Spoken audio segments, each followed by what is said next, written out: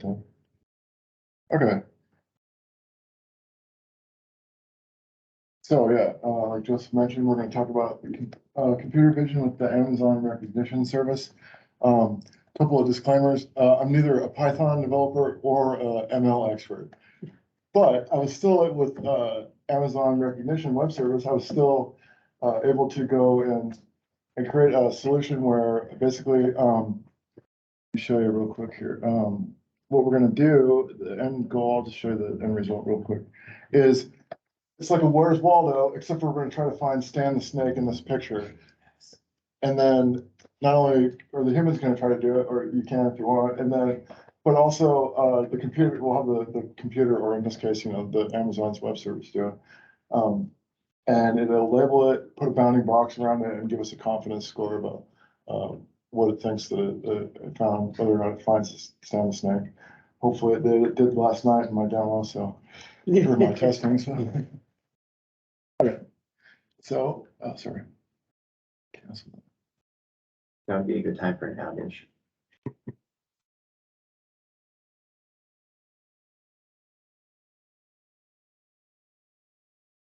Okay, so yeah, so I'm gonna go through an overview of what we're gonna talk about. This kind of, I guess this is kind of the introduction slash overview. But I'm gonna talk about the Amazon Rekognition service and just kind of go through a little bit of the console and just kind of walk people through that if you haven't seen it before, and kind of just give you my experience that I went through as I prepared for and came up with a demo for this meeting. This here. Look.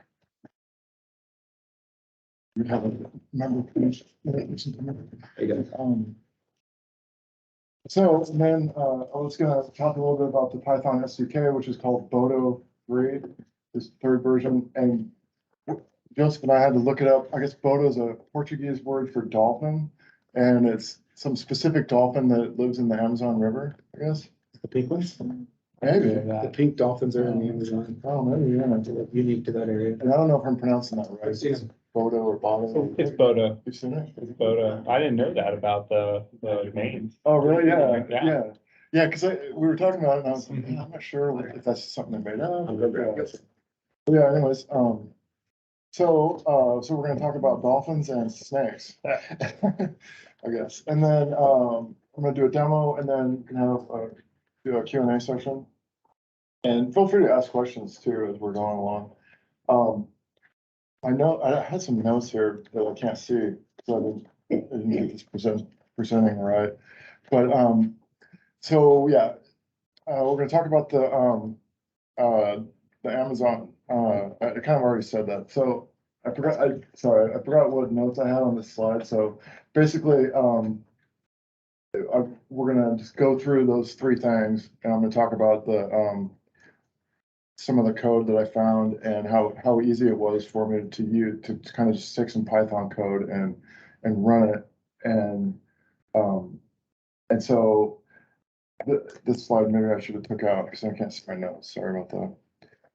So the Amazon Rekognition service, I kind of have some links here. I figured I'd just let their Amazon's marketing team do my job for me. So here's the documentation for Amazon Rekognition. They have a developer guide. There's this is specifically the kind of project that I use was this concept of custom labeling. And then there's the full API reference. And they even have, you know, samples in GitHub, and I think they do a really good job of just putting documentation together, make it approachable for somebody that may not know anything about machine learning, or in this case, even be a Python developer, and still be able to write some pretty cool machine learning, computer vision code. And then, so that's that. That's sort of the documentation area, and then.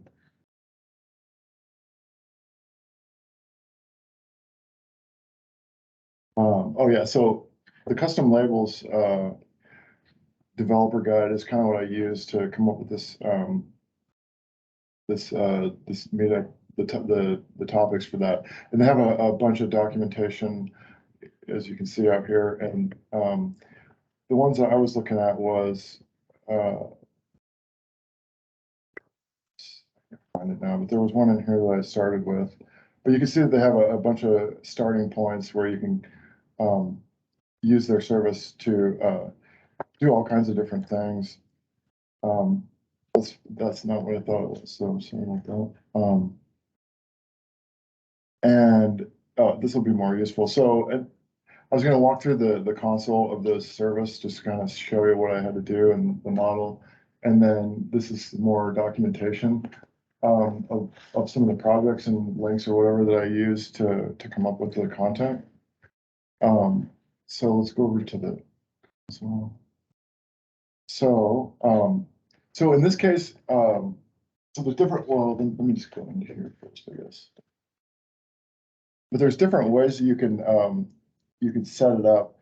I ended up using to put your like training data and your test data.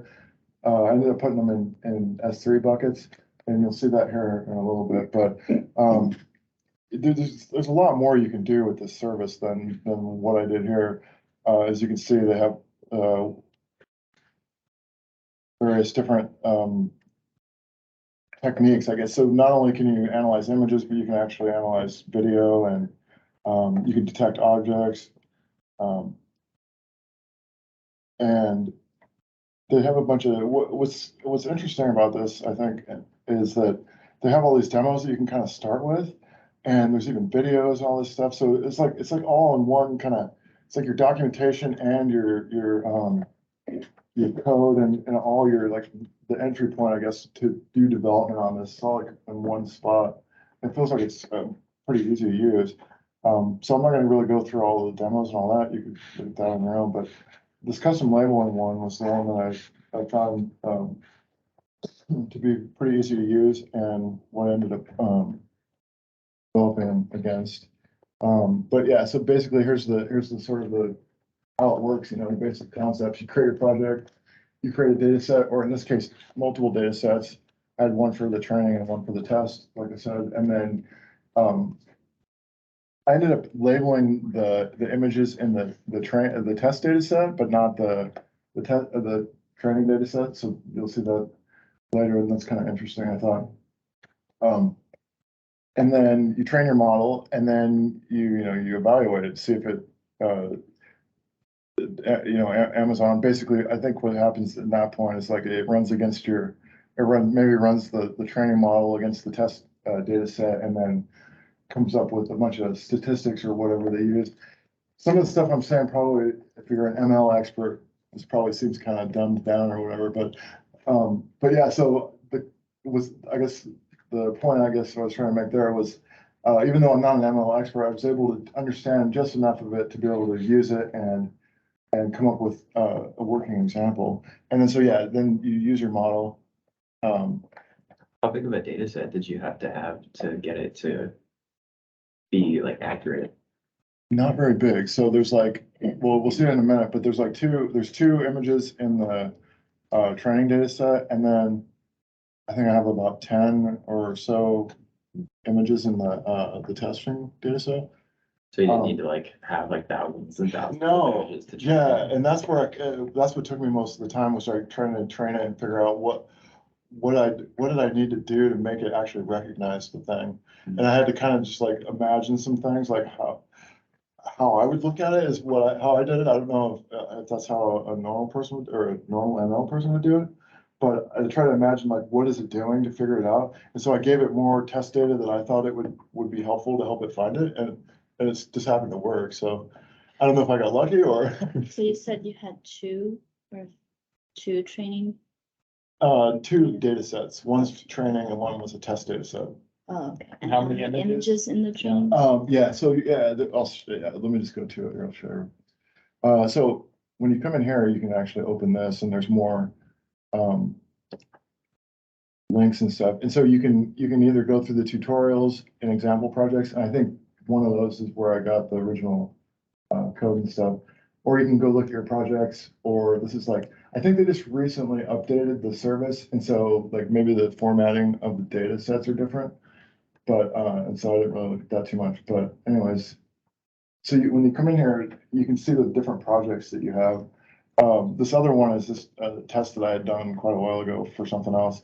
But, this one here, I ended up calling it Stan Vision, cause Stan the snake's the one that we're trying to find. So yeah, you can see that I did a couple different, models. The first one, and it kind of gives you a little bit of performance. I still don't know exactly. I guess this is the performance of the training data against its test data set, but I'm not It exactly. is the That's test the data error, set. right? Okay. It's the error with the test data. So what it does Oh, is okay. it split it up. You have your training data set and your test data set. So that's coming from the test data set. So you said you used, I think, 10 images. Yeah, about that or so. So they Yeah. probably broke it up where they had 8 images to train on, and then 20% was for the test set. So you had 2 images, and your 2 images, that's what probably is giving your model performance right there. Oh, interesting. Oh, okay, so, Mhm. and so, yeah, I'll show you that in a second.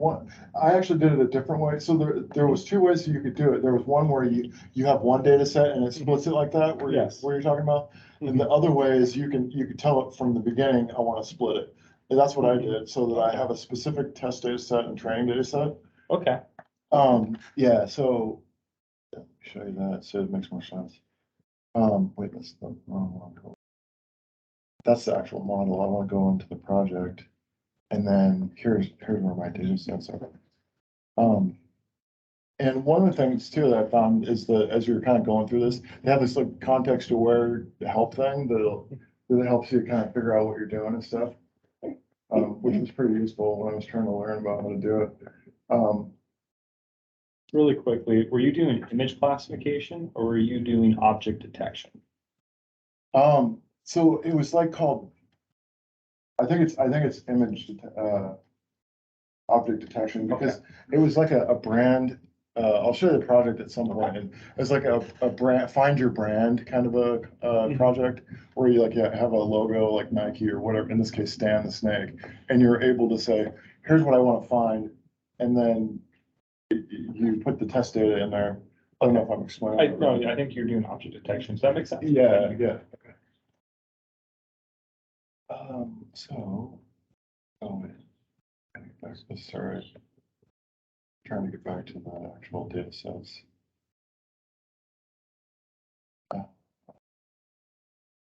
Oh, maybe you have to, once you come in here and create it, maybe you have to come in here and see it. Okay. Yeah, that was confusing. So for the first time I came in here, it was like, I could actually edit my data sets and stuff, I thought. Once you create them, the button to go to them is gone. There's probably another way to get to the data set. Not saying, but at any rate, I was just trying to show you the data sets that we have. So, yes, these are the data sets. And you can see these are kind of the steps that basic steps that they kind of give you so that you can train and test your data, I guess. So yeah, so I have a training data set that has these 2 images. Snake. Stan, yeah, and then the snake. And the reason why there's 2 of them is because when I first did it, I only wanted to use this one, but I kept getting errors saying something like I didn't have enough unlabeled something or other. I can't remember the exact name of it. But basically, I looked up the error and I figured out what it was trying to tell me is that you have to have at least 2 images for it to work. And at first I'm still not exactly sure why, but I think it has something to do with 0 and 1, but I'm not sure. Like true, false, like you have to have 2 things, otherwise you can't make a decision. I don't know, That's all right, yeah. This Is is it? binary Yeah, classification. okay, so maybe this is an object detection then. That's right. Yeah. Yeah, that's what you're doing. Yeah, Yeah, so, yeah, so anyways, but, you'll see later that, if you change the confidence level, what I was finding is it was detecting both the snake and Stan, but I only wanted to detect Stan. So I ended up giving it more test data for Stan than the other one. And I also I messed around with the minimum confidence threshold that you could do, but I'll show you later.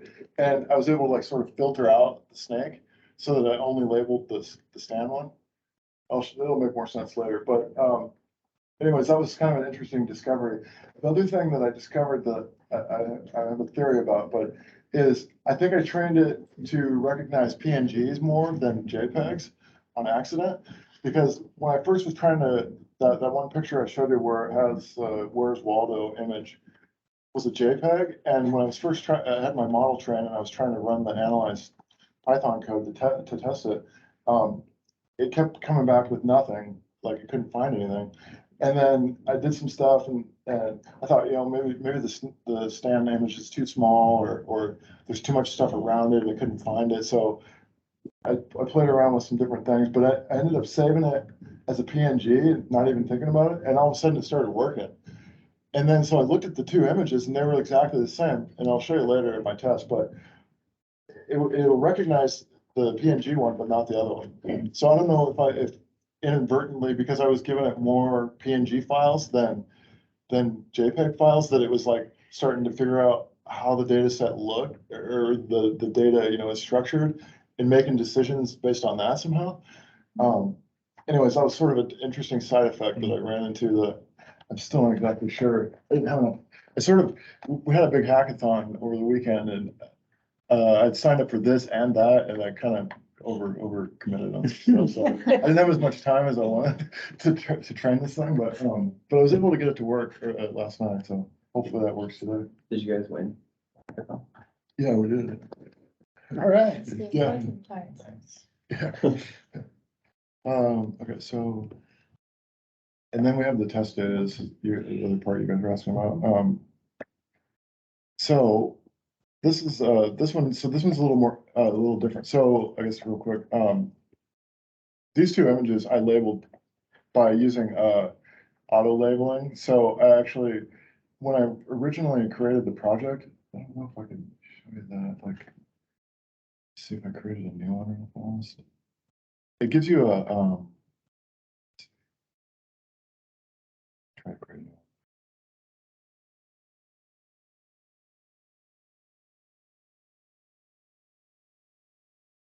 So when you're creating your data set, it gives you some options. Oh yeah, this is what I was thinking. So the thing that, I forgot what your name was. Joe. Joe was talking about is, if you just have a single data set, it'll split it 80%, 20%. And I don't know what it does to determine which images are, if it's just random or how it figures out which images to split it like that. But, or you can start with both a training and a test data set. So I went with this one. What's interesting is this one actually says it's recommended for most users, but it's not selected by default. I thought that was weird. So anyways, there's that, but, so then it gives you, asks you questions about your training data set and then your test data set down below. And it gives you all these different options, like where's the source of it gonna be, which I thought was kind of cool. You can actually just upload them right off your computer. I ended up using S3 buckets because I wanted to just be able to upload images into the buckets and then just retrain it and have it work and that kind of thing. And for another project that we were doing, this other guy, we're kind of talking about like a side thing. Having the ability to just drop images in an S3 bucket could be part of like a larger workflow of your, AI transformation, whatever you're doing. Like maybe it's a step one is categorize, a snake versus a stand or whatever, and then you drop the image in different buckets, depending, you can imagine all this different logic that you can have. But anyways, so that's your source. And then, so yeah, that's what I was kind of trying to talk about was I went with that option there. And then I think that's pretty much it. So then, yeah, it asks you about the test data set, and then you create your data sets. I'm gonna cancel that. And go back to this other one.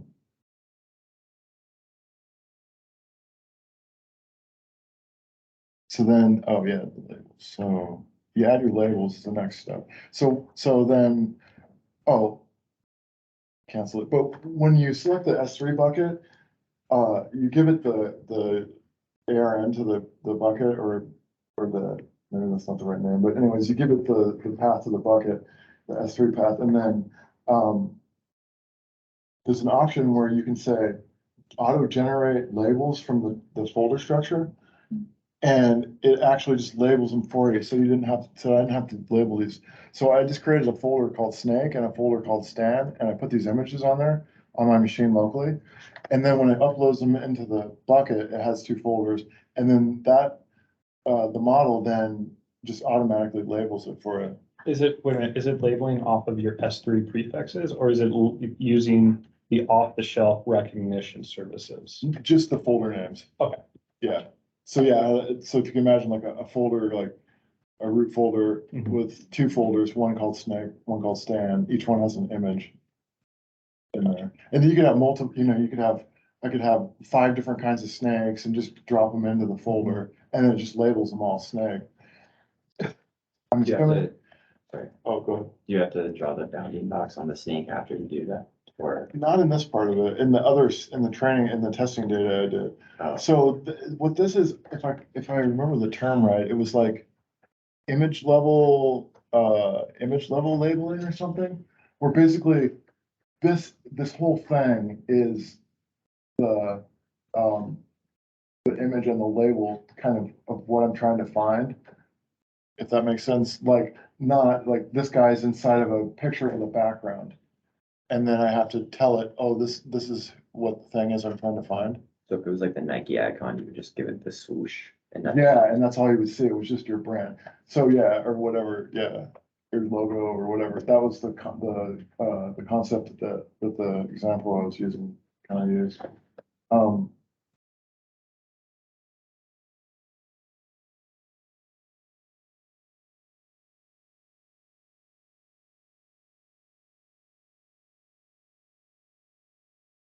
Okay, so yeah, so then the next step is put your test data in there, and that's when I actually had to go.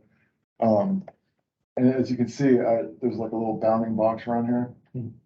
So I went through and I just threw in some images.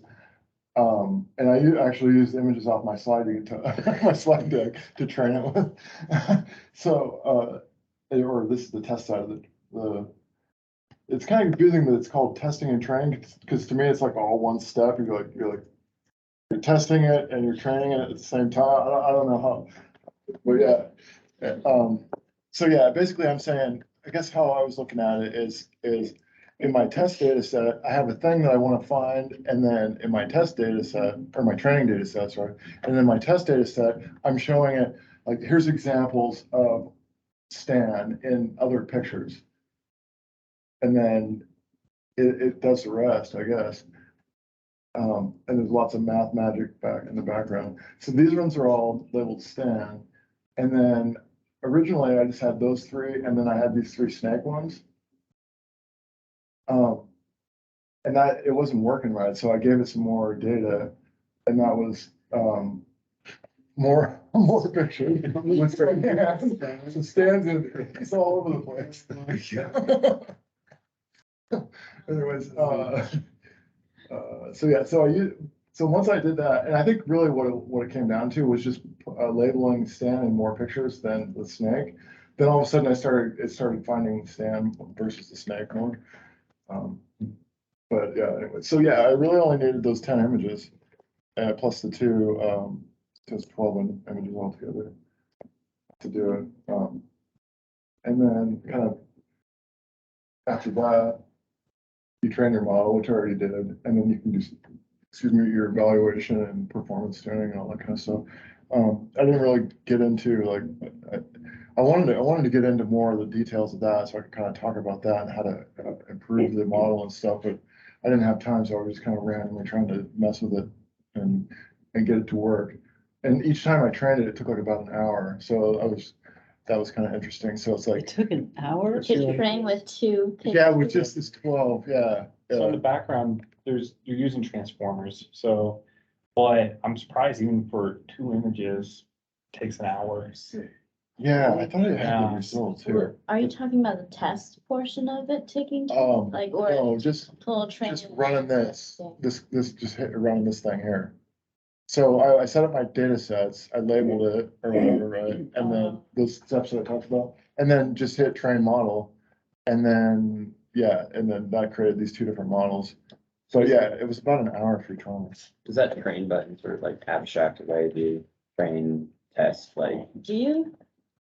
like all of that, it just, you click the button and it just does all that for you? That's the novelty of these high-level AI ML services, is that because usually SageMaker is like the model development suite to do everything if you're a data scientist or machine learning engineer. But if you don't have that deep machine learning, expertise, then these high-level AI ML services do fit a lot of business use cases. I'm just curious, what made you choose Rekognition? Because there's other ones, Comprehend out there, Lex as well for speech, but why did you choose Rekognition to go explore? Yeah, I think, because you're right. I was looking at, and I think I looked at SageMaker quite a bit. It felt like that was like overkill for what I was trying to do. Like that was too much. Like if I was doing like a professional project maybe. But also the ease of use of this one and the fact that I could actually go and do the labeling of the images right here in this tool, like you could show you that real fast. So when I had to go label these tests in the test data set, it's like all just like built in right here. Like I didn't have to go and mess with other tools and all this kind of stuff. You just go in here and I think you have to hit start labeling. Yeah, start labeling, and then you come down here and then you select like which one you want to assign. And so, oh yeah. So image level labels. That's what the ones in the other test data set or training data set are called image level labels because it's like the whole image is the label, I guess.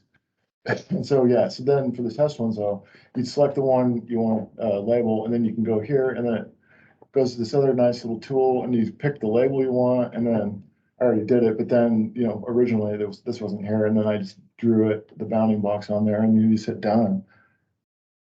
And so, so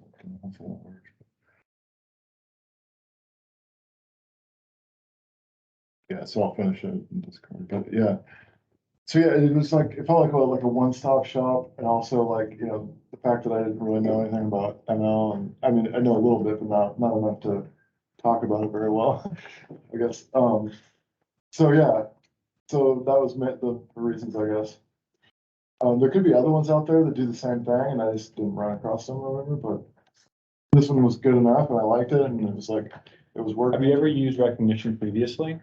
Just in that one other test kind of, a couple months ago, that other test project that I did. Yeah, it's definitely changed the UI. And this is actually nice. I haven't seen this update where it looks like what you can do now is you can do essentially, like you can see on the very far right, it says then evaluate and use the model to define objects, scenes, concepts, and whatnot. So, we were talking about image classification and object detection. This seems like they're trying to have you do like many of the classification tasks. So that's actually really. Yeah, it was like, because when you guys were asking me what style did I use, it's like, well, I don't really know because this thing like lets you do so many different things that I don't even really have to care about that almost. It was interesting, yeah. I mean, I'm sure I would if I was doing like a real project and depending on what I was doing, but for what I did here, it didn't really matter.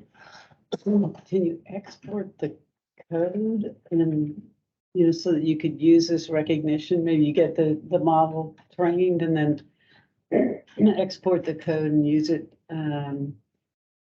be able to use it in some other software. Like, let's say you wanted every day you want to be able to recognize, oh gosh, take a video of the freeway out here and recognize all the Volkswagens that drive by. Can you export the code? Do you mean the model or? Yeah, you can export the code. The closest thing you can do, which I think Reese, you're going to show, is the Bodo 3, where you can essentially call the service as kind of like an API call, but the back end, as I think what Joe was saying earlier, it's all done for you here. So you don't have to create a model, you don't have to code up a model, you don't have to. All you have to do is supply your data, supply the labels and classification, and then Rekognition will take care of it for you.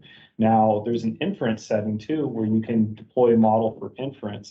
And I hope you didn't do that, Reese, because you can get a big bill. So you can get into like, I've seen folks get into like $10,000 worth of that for leaving a Rekognition model because it's actually pretty costly. Yeah, and that was another question I had is, is this costing you anything to run this, or is it? Well, right now they're stopped. Yeah, I just. Phil, how much is it costing you? Well, it's connected to Phil's account, so we'll see if he gives me a message later or tomorrow. But he hasn't said nothing. I'll just keep going. I started and stopped it like as I was doing it, and then it does. One of the things here we'll probably see at some point, but it does actually like it it makes you aware of that cost though, because there's a couple places where it says something like you're starting and it's like, make sure that, you're aware that this could cost charges or this kind of stuff. There's a couple points in here where it would tell me that. So, yeah, I didn't know what the prices were, but I was like, because it did talk about like 40 hours free. There was some kind of like 40 hours free per month thing. So I was hoping maybe that covers it. I only did a couple hours of the training. So that could be interesting. It doesn't come up. Yeah, I might not have a job soon, so. Phil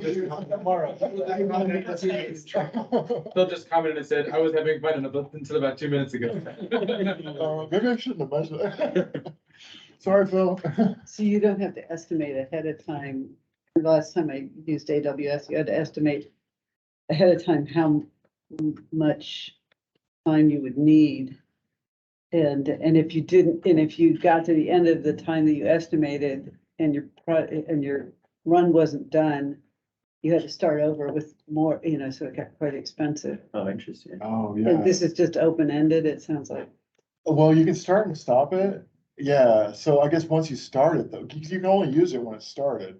So, so I guess, yeah, if you wanted it, but they do give you API calls for starting and stop it. So in theory, you could start it, it takes a couple minutes, run your API calls and then stop it, but that does seem like it would still cost. Training is usually cheaper and and hopefully you're not training over and over again, but the real cost is the inference, and that you should do a cost estimate beforehand. So if you want to do, let's say you have Stan and the snake and you want to do 4,000, classifications per day, you Yeah. definitely have to understand, hey, how much is that going to cost me to do that? But for Yeah. training, pretty reasonable. So how is this So- charged? Is it like will it Based scale on- out horizontally and charge you for all Yes, of that? in the back end, it won't charge you in the sense of like, hey, I'm gonna scale to like 14 or like 1,000 EC2 instances. It doesn't do stuff like that. It'll charge you by the hour, and for inference, exactly, it'll charge you by an inference. Yeah, unit. so What is that? That seems like I've never heard of Yeah, You can go up to 5, but yeah, I think it's just like gives you more throughput. Yep. Yeah, oh yeah, it's used to increase Exactly. the throughput of your model. Is that like an ML term or is that just sort of like a think of it made up as, yeah, abstraction yeah, yeah. over So like just think of it CPUs? as like one inference unit. It's like an API, the models behind that API. And you can send like 1,000 images to that one inference unit, but now you want to scale it and you say, hey, I need to send 2,000 images per second, right? So what they're gonna say is now you need to use 2 inference units because now that's how you're scaling. So that's what an inference unit Oh, it's behind this scaling. one is a scaling. So the more inference unit, you're gonna pay It's gonna more. be more money. But then it's all depending on your throughput. How many documents are you sending per second, per minute? And that's how a lot of these AI ML services work. Where with SageMaker, you can charge it by your endpoints, but with this for like comprehend, recognition and stuff, it's really, hey, you build the model and then we're just gonna scale how much you need for inference. And that's where, It's bandwidth, it sounds like. I had to do a straw. I'm glad you were here. Straw. There's a straw, like a straw hash. It's like, I don't know what that means No, in this context. no, that's too So heavy. that would be like a higher hourly rate if with higher inference unit. Yeah. Okay, so I don't know if I want to start it yet then. Yeah, you would. But. Phil says I'm going on vacation the rest of the year. Yeah, the best policy. Okay, so the other thing I was gonna talk about, before I start it and kind of show you the demo, I think I have a couple of things to talk about too. But since we're already on this page, right here where it talks about the API code, this is where the Python parts start coming in. You can actually get examples of how to use this thing. And you can either use the AWS CLI or our favorite language, Python. So, yeah, so like I was talking about earlier, Yeah. it gives you functions to start the model. And then you can go down, you can kind of see basically it's just a function that starts it up, calls the web service and probably just calls like startup or something. So is that first chunk to train it or what is that?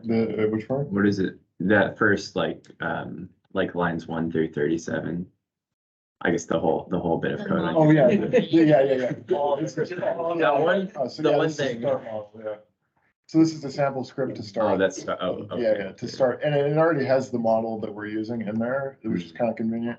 So I don't have to tell it which model I want to use, because you can point at different models or whatever. They're making a lot of money on this. They've done a nice What are the job. numbers? The model training is, can you do it outside of the console? I would Yeah. assume so. I believe that, yeah, I Yeah. believe you, I didn't try that, but yeah, I think you can do it from the CLI as well as the SDK. Yeah. And so, yeah, so the second function. Oh, sorry. I was thinking you could probably use like Terraform or whatever your workflow is. Oh. That seems a little man. over the top, We maybe. can talk later, but yes, you Yeah. can. You can use well, Reese is the brother, so. Okay. Yeah, okay, so, right, so they give you a function to analyze the image. I'm not gonna use this exact code, I have some code that I got from a different example. Just because I know the other one works, but I don't wanna go straight off too far. But, and I think this one uses the S3 bucket to get the images from. Versus I'm just gonna do it off my local machine. And then it has a function to stop the model, which is pretty much like the start one, so. So basically what these are is a way for you to manipulate the service using the Bodo 3 Python SDK.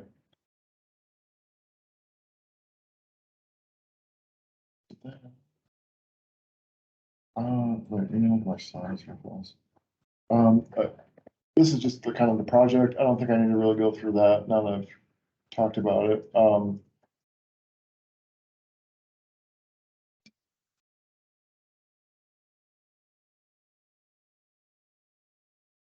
Okay, I'm gonna go ahead and start the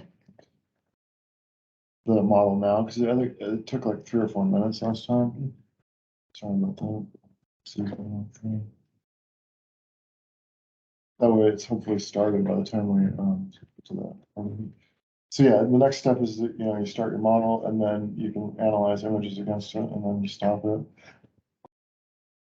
Yeah, so this is the kind of stuff I was talking about where, it kind of does at least give you a little clue that, hey, you can incur running costs until you stop this. There's a couple other points where it's like, so yeah, it must be expensive if it's not. Okay, so we're just gonna use 1 unit, and that's all we need, and then that thing will start. And then, like, it says it's gonna take up to 30 minutes, but it seemed like it was only 4 or 5 minutes when I did it last time. Okay, So when you say inference, I remember, so I was writing patents on machine learning software 6 months ago, and then, I remember some stuff like skips. Right, you go ahead, Okay, sorry, sorry. I thought we were waiting. no, that's okay, so yeah, this is just the kind of the example that I started with, where we're using, the custom labels part of it.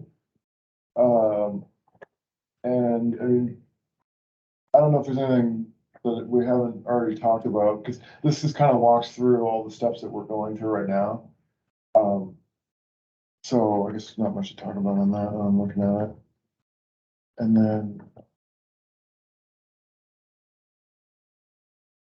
And then, oh, this was the actual, finals, yeah, there's so many different, like we were talking about, there's so many different ways you can use this service. But this ended up being what I did was this finding brand locations concept, where it's like, so this is like one of Amazon's, AWS Lambda kind of icon or logo. And that would be, in our case, like Stan the Snake. And what they're doing is like, they have this diagram, right? And you can see that somebody's created an analysis or whatever you call that, where they got the results. I guess this is the results of analyzing an image against one of the models, and it's recognized and recognize it, meaning it put a bounding box around it and labeled it with whatever label that, in this case, Lambda or pinpoint. And so that's kind of what we'll see in that where's Waldo screen that I was showing you, where's Stan, I guess I'm calling it. The output will be, if it were, when it works, a bounding box and it'll say Stan right there. So that, and it doesn't show it here, but in the example that I was running, it actually gives you the confidence level, like what percentage it thinks it is. That it found it. So, that was pretty interesting. So yeah, anyways, that was the actual, so I guess it's called a data set purpose brand for brands. So you're trying to find brand locations. Stan is a brand. Yeah, Stay tuned for Stan hoodies. yeah, you need some t-shirts and. Okay, Good so, ideas. Is Photo 3 a standard Python library or is that Amazon's? no, that is, yeah, so, yeah, Boto 3 is the Amazon's Python SDK. And so, yeah, take a look here. It says some links to their documentation, so, yeah. And, yeah, like we talked about, it's a dolphin. Amazon really earlier. Yeah, so, yeah, here you can come and get all the information that you need to be able to interact with the Python part of it. And what I can tell, just by using it, I mean, you almost don't even, if you program before, you almost don't even need to know Python. It's so simple. Of course, this isn't like a real robust, professional thing or, like project or, I'm not trying to do like you were saying, like analyze freeway traffic or that kind of stuff. Which I imagine you'd have to get way more into the Python, but they give you a pretty good starting point, that you could use in a real app. So, yeah, that's what the Boto 3 is. It's their Python SDK. And this is just like a link to all the different things that you can do, like with Amazon Rekognition. I mean, like we were talking about, there's all kinds of different things. A lot of it has to do with like detecting faces and objects and stuff. But you could do, they have like content moderation. You can detect text and an image. I mean, there's just an amazing amount of different things you can do. And then they give you some sort of scenarios. And these are pretty good starting points from what I can tell, just from using it for just a little bit. And then, I guess that was the point where I was gonna go, sorry.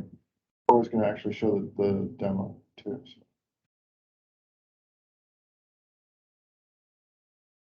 Okay. So assuming the service start.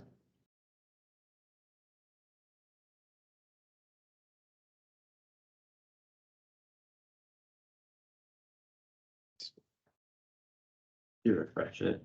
Good lying to you. No, let's see, yeah, it does a pretty good job. Oh, maybe not. Okay. Yeah, I guess it was on. Okay, so it's running. Still not getting better this year. Still is not getting any better this year. Uh-oh, Make sure to leave it running after the meeting's over. yeah. Let ride. How many images should we analyze? Okay, so, right, so the model's running, now we can do some analysis. So these are some of the pictures I was gonna try to have the computer find. One of them is Stan in a black hole. First image of He's still cheery Oh, as yeah, can he's still, be. yeah, he doesn't care. And then these are the two different, like where Stan images that I kind of showed you earlier, Stan and then there as we found out. And that was the part I was talking about earlier where one of them's a JPEG and one of them's a PNG. And we'll see what it does today, but when I ran it, I'm assuming it should do the same thing every time, right? For some reason, I keep thinking that the model's gonna be non-deterministic, but that would be crazy, right? I've seen weird things with different types of file types, so Oh. it doesn't surprise me that you're doing JPEG and PNG, you might see some weird stuff. For example, I had to deal with audio files one time, and I found out that like WAV files versus MP4 files, there were, based off the audio off of those files, there's differences in that, and that surprised me as well. So Interesting. yeah, sometimes the service teams, they have challenges as well when you use different file types. So it's interesting that you ran into it here. Yeah, we'll see if I can reproduce It's them. the pre-processing with the higher bit. Yeah, because they are Yeah. different sizes, Data. like this one's I 1.2 wouldn't be megs and this one's So, 2.5. yeah. That's maybe So there's just missing one in there. Yeah.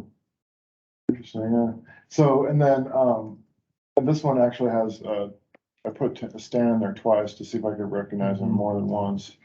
The whole image just stands. Yeah, that'd be weird. So yeah, I wanted to do more like playing around with this and doing some different stuff, but I kind of ran out of time. So yeah, once I had my model, it was kind of fun because it was like, you know, what can I do with it and does it work and what results can I get and stuff like that. So yeah, I wanted to have like more images to analyze and do some other things, but I think this will be good anyways. Okay, so let's look at this code that I got from Amazon. So this was, like I was saying earlier, I was using this custom labels, style model, I guess you call it. Because they call it the custom labels model. I'm assuming that's I don't know if that's a thing or if it's just like different than the normal Amazon recognition, but anyways. Maybe different than the built-in stuff. But so this, just minimize this. So this Python code just has some few different methods. So there's not a ton of stuff in here, you can see. Basically, you know, this is the main, this is for the arguments that we're gonna use so that you can give it a file path and the ARN to the model that you wanna use. Or you could use S3, you know, images in the S3 bucket, but I decided not to do that because it seemed like that might be more complicated. And plus I got the other one to work, so just kept going with it. And then what happens is after it, so I don't know if you guys want to like walk through all this code, or maybe we'll just show the demo. I don't know how much time I have. Yeah. And then if we wanted, we could walk through the code. But this one it was kind of an interesting method because this is where it gets the analysis results and it actually draws the bounding boxes on the result. And then displays it for you so that it just kind of pops up in Windows anyways. I'm assuming they write it to the file system. I didn't like look and see like where's it going or if it's just all in memory. But the end result is you get an image that looks like the one you saw, but has bounding boxes and stuff like that and labels on it. So yeah, so that's kind of what this method does. Ask a question. And then it shows it on here. So anyways, I thought that was interesting. But, So that's using pillow. To show the image from this temp. oh, okay. Did you see something down here? Oh, like this here? I think the job you had stuff imported from, Mhm. or, Oh, It's the import till Yeah, in the very front there. Oh. That's what's working with the image. okay. I think a Python, like a Python package is called Pillow, but it's like a wrapper around another tool called Pill or PIL. yeah. In the back end, yeah, I think you're right. I think that pill is on the high level, but it is using pillow components underneath. Yeah. Oh, interesting. Yeah, helped me get my environment set up because I'm a C# developer, so. Yeah. I used that for facial recognition before. Interesting. Did it like draw boxes around the faces or? I just had it cropped. I was trying to do auto cropping. Okay, so assuming that my environment's still working, let's see, I need to switch over into this.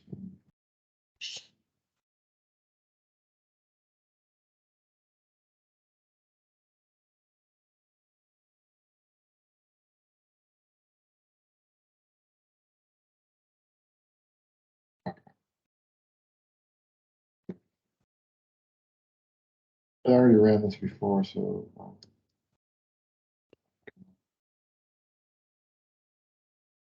So I need to change this though. So basically what we're doing is we're just calling Python against this script here that we're looking at. And then giving it two parameters. The first one's the model, the ARN to the model.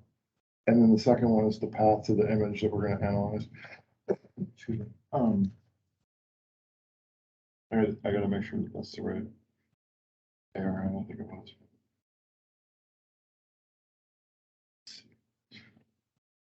second.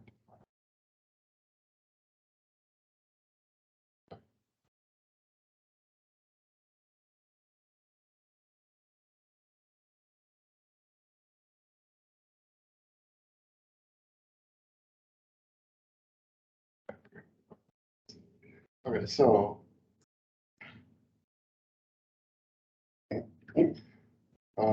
So for the first one, let's try doing the stand in the black hole, see if we can find it in there.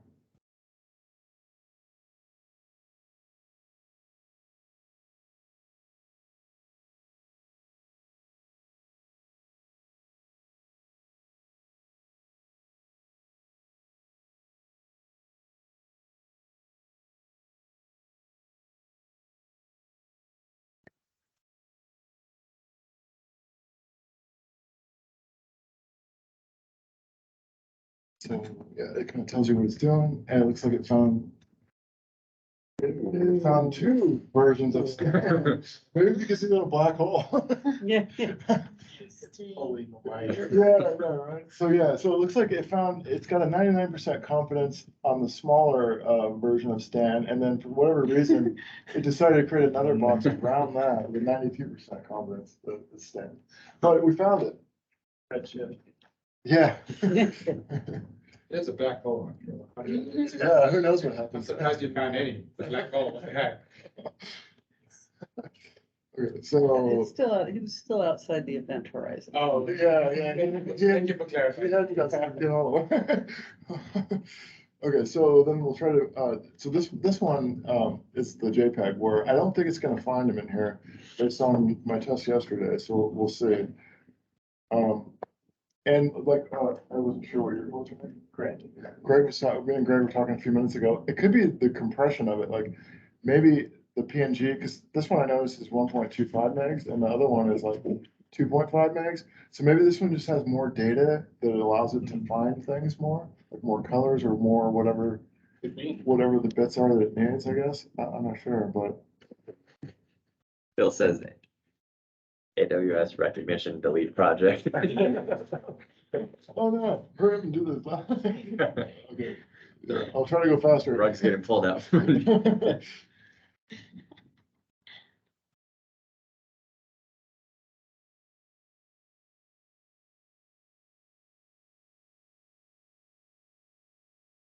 So we'll see if it finds it here.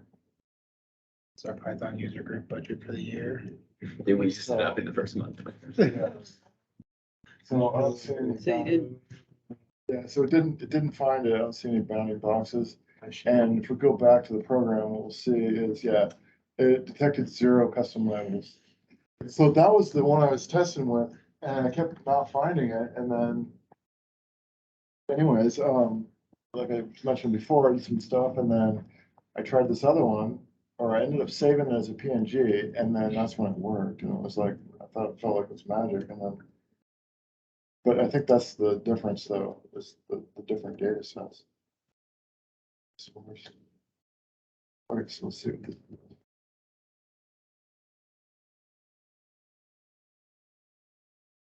Actually, I've done something. So there we go. That's a 97% confidence that we found it. Where's the? It looks like I highlighted just Trying this to little get the badge. label. Yeah, weird. I'm actually surprised it did this well, given so much noise in this image. Right. I wasn't sure if I could get it to work either. But there you have it. Well played. You know, it's fun, yeah, it found the label, it's finding the label. Yeah, it's weird because I didn't really I trained it with the whole thing, but somehow it's like it no, maybe because there was a snake and the one with the badge or whatever, and somehow it's like figured out that the Stan is really the badge.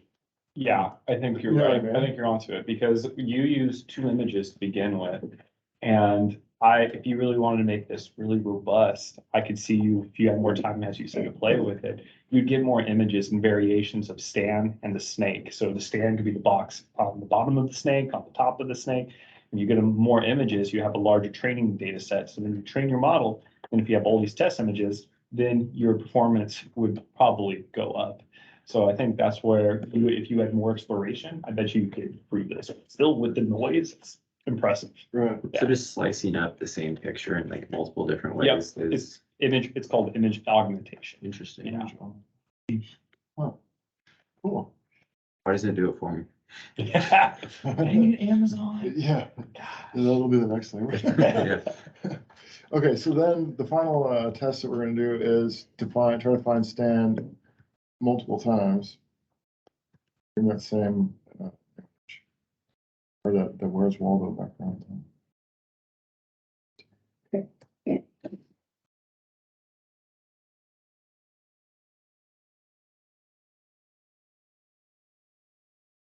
And there you 100%. Yes. It's banging over here. go. It's getting confident. There's no way this isn't. So yeah, there you go. So I found them in 2 places and you could probably do that more times. Anyways, so yeah, that was the fun part. It'd be funny if it said 100% and it was like just Some random, thing. like, I know it. That's Waldo's face. Never say 100%. Yeah. It just seems embarrassed. Yeah, right. Okay, so that was. I can't your brain today. Yeah. So, yeah, in conclusion, kind of described and reviewed this Amazon recognition service. We talked about the Boto 3 library, and I wasn't sure if this third bullet point was gonna pan out, but it did. And, yeah, so yeah, I guess the moral of the story is the cloud is really is done some magical things, especially with ML, where it felt like in the beginning of my career, you had to be like a computer scientist to even talk about AI stuff. And now I'm not even a Python programmer and I can find images in you know, in a noisy picture that you're talking about. That's pretty much it. I'd love to hear the examples that you got. What are you using this for? So, it's okay, I'll Yeah. tell the horror story actually for me. So I've worked with a financial service company in New York City. So part of mine is I'll work with customers to actually implement solutions using AWS, SageMaker, and AI ML services. And we were doing one for intelligent document processing. And what you were describing, when you drop it into S3 buckets and you create those event-driven, it's called an event-driven architecture. So you drop the images in and then it'll execute a pipeline. So I had a customer who's processing 14,000 financial documents per year, and these were kind of called proxy cards. So think of it as like an ID card, and then on the ID card you have different sections of it. So what we were doing is that we were dealing with a customer who had a low maturity, so they didn't have a lot of data scientists. So what we did is that we said, okay, rather than build them models from scratch, we're going to give them the AI ML services. So in that proxy card, you had a section in there. And what we want to do is we wanted to extract key value terms. It's called name entity recognition, extract key terms. But that's where we wanted to use Amazon Comprehend, which is a high-level AI ML service for natural language processing. But with Rekognition, what you're able to do is you're able to extract sometimes that box. So we would train a model to select like off an ID card, like an example, a certain box. And then from that, we could actually extract text. So that's one use case that we use Rekognition. So were these like photos taken of a document where it was sort of Yes, moving? there It is- wasn't like always in the same, like, Correct. it was like a PDF file. Correct. It was a PDF file. So what happened is that when people sign off and they pass shares of stock, it's called a proxy card, and they'll vote on it. But you're right, it's called a semi-structured document because you can have one area, like a box, like a form, could be in different positions in a document. So we use Amazon Rekognition to do automated detection to find that specific section. And once we found that specific section, then we used a service called PDF Plumber to extract the text. Then we use Comprehend to do name entity recognition, go extract key value pairs, which they would use for downstream processing. So that's how we utilize. And you're right on the money in the sense of, I've seen it since 2014 where these services like Amazon Web Services, the Google Cloud Platform, even Azure, they're really building these high-level AI ML services because the research data scientists, they're not, that role is becoming less and less because now you're getting these high-level services that they don't need to have that really granular expertise. They can plug right into it. And now that's where you get machine learning engineers who are coming in to go architect all these solutions, pipeline them together, and then create a solution. So yeah, it's pretty cool stuff. Yeah. Could you do like a, We had one where we had to read analog meters. Oh, So I don't know if you remember this, but meters, they have 3 dials. Hmm. And the dials turn clockwise and then anti-clockwise and then clockwise. So they actually change between, so you have to locate which dial you're looking at. If we just said, hey, read the meter, we gave thousands of them, it was really hard. Didn't do very well. But if you just give it 1 and you said it was the first, second, or third, then we could really reduce and increase the likelihood. What, this was a machine learning use case? I don't know if you call computer vision. Computer vision, yeah, computer vision use case. Were you using a model from scratch or were you using kind of like a high level service like this? No, we were in Azure in this case. But Okay. We had to train it because we had photos that were taken when we read the meters. Yeah. And so we took the photos that we took when we read the meters, and the meter reader had manually entered the data. Mhm. And so we're basically trying to say, instead of a meter reader come and read the data manually, they could just take a back photo and then we could keep going, not get into it. Yeah. So, Interesting. but it was a really interesting example where it really does take a while for you to Mhm. sort of learn how to read the meters, because you got these dials that are different, it's different directions depending on which one you're reading. But it's a great learning scenario, because as long as you can narrow down the use case enough, so it can accurately sort of. Yeah, you find you become like an image expert, you know, and even in my use case, I knew those proxy cards inside out, you know, and even with your meter use case, you start finding, because your job now is not understanding the underlying component. Your job now is, okay, the underlying component is there, the black box is there. How do I mess around with these images in such a way that I get a good performing Exactly. How do you computer navigate? vision model? yeah, that's what I kind It's of tricky. realized. Yeah. Mhm. could you do something sort of like the project you described with like receipts, but instead of having like a Mhm. document that's, basically the same, or like the same box in the same area of the document every time, like you have receipts like vary a lot by Oh, like, from store to store. yeah, Yeah, exactly. so But it's still, funny, like, it's funny to say that. So there's a service called Amazon Texttract.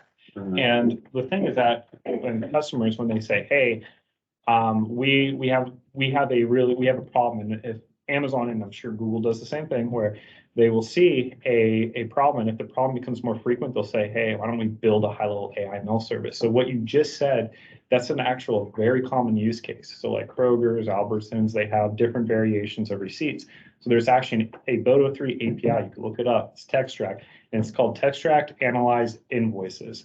And it's an API call, and it will literally look at a receipt, and it could be in a PNG format, JPEG, I'm sure, and then it'll extract the key value pairs from that receipt, like tags thing.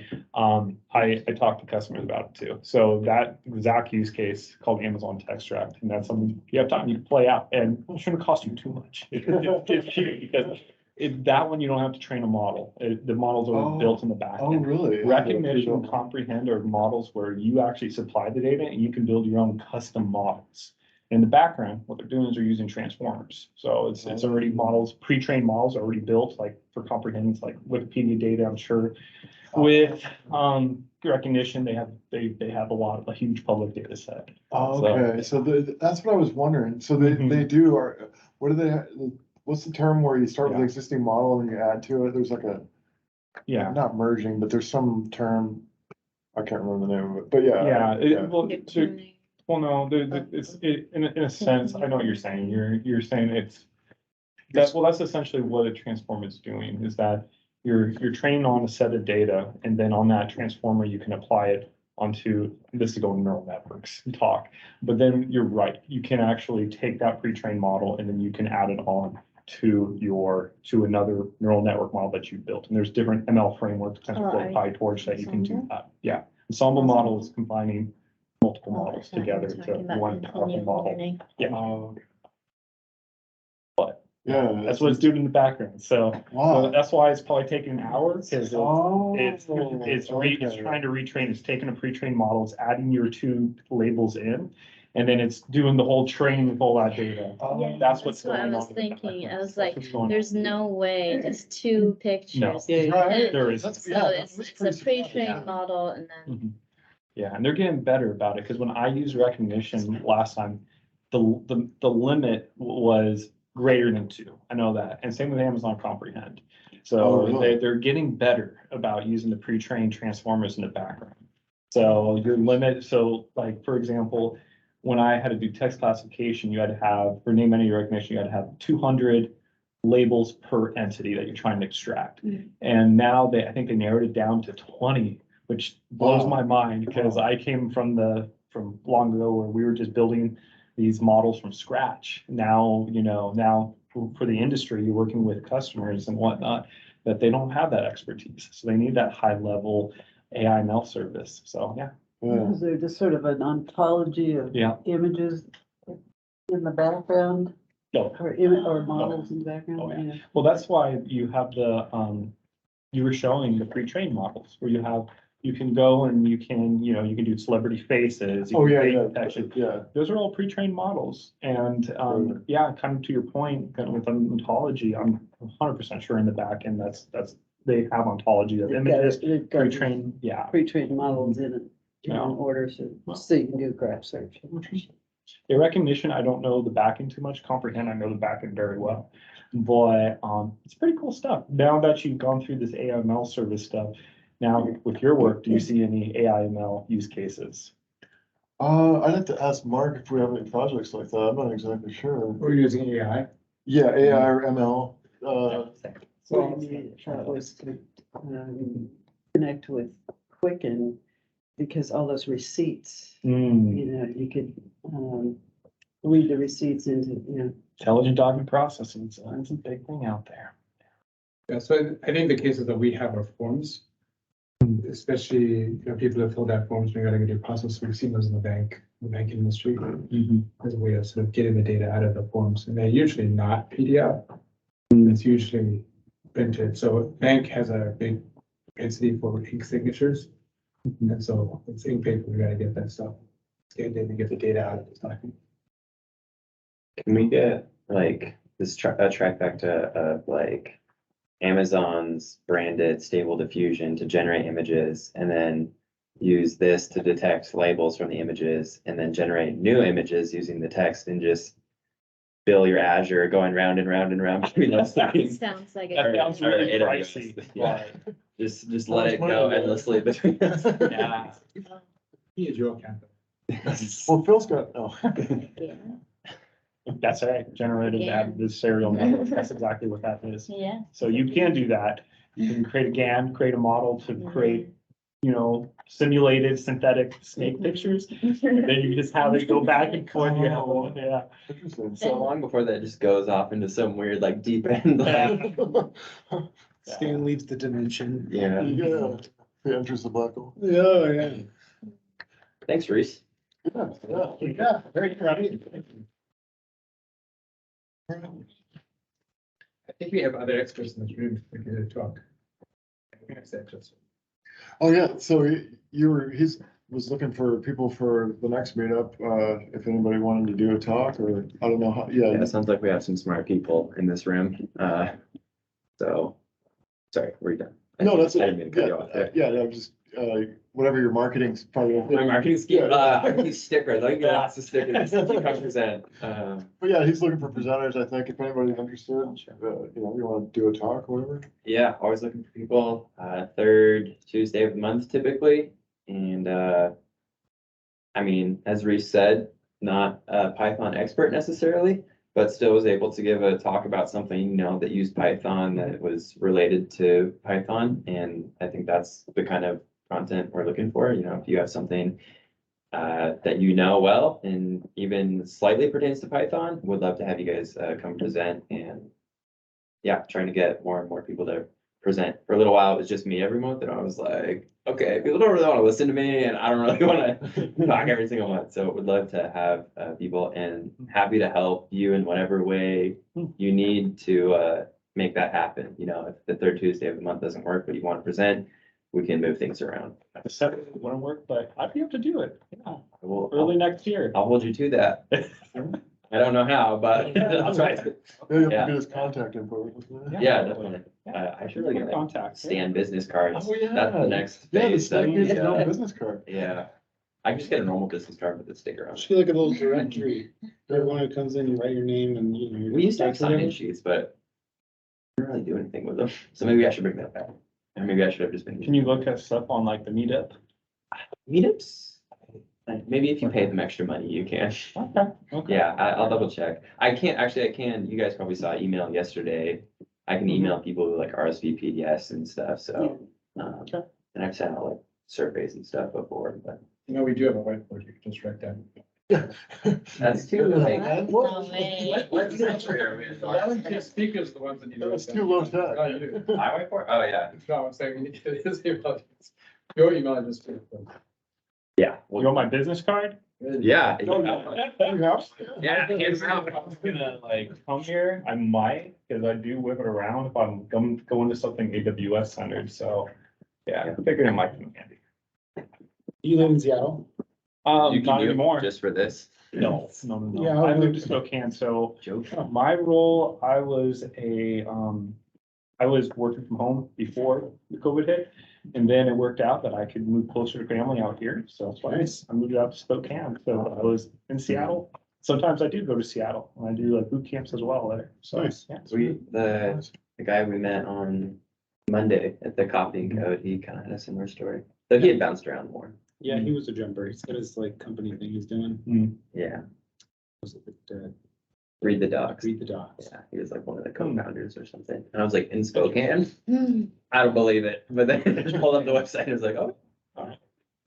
Spokane's popping. Yeah, right. Cool. Well, feel free to hang around and chat. We got food. I'm gonna end the recording though. And yeah, thanks everyone.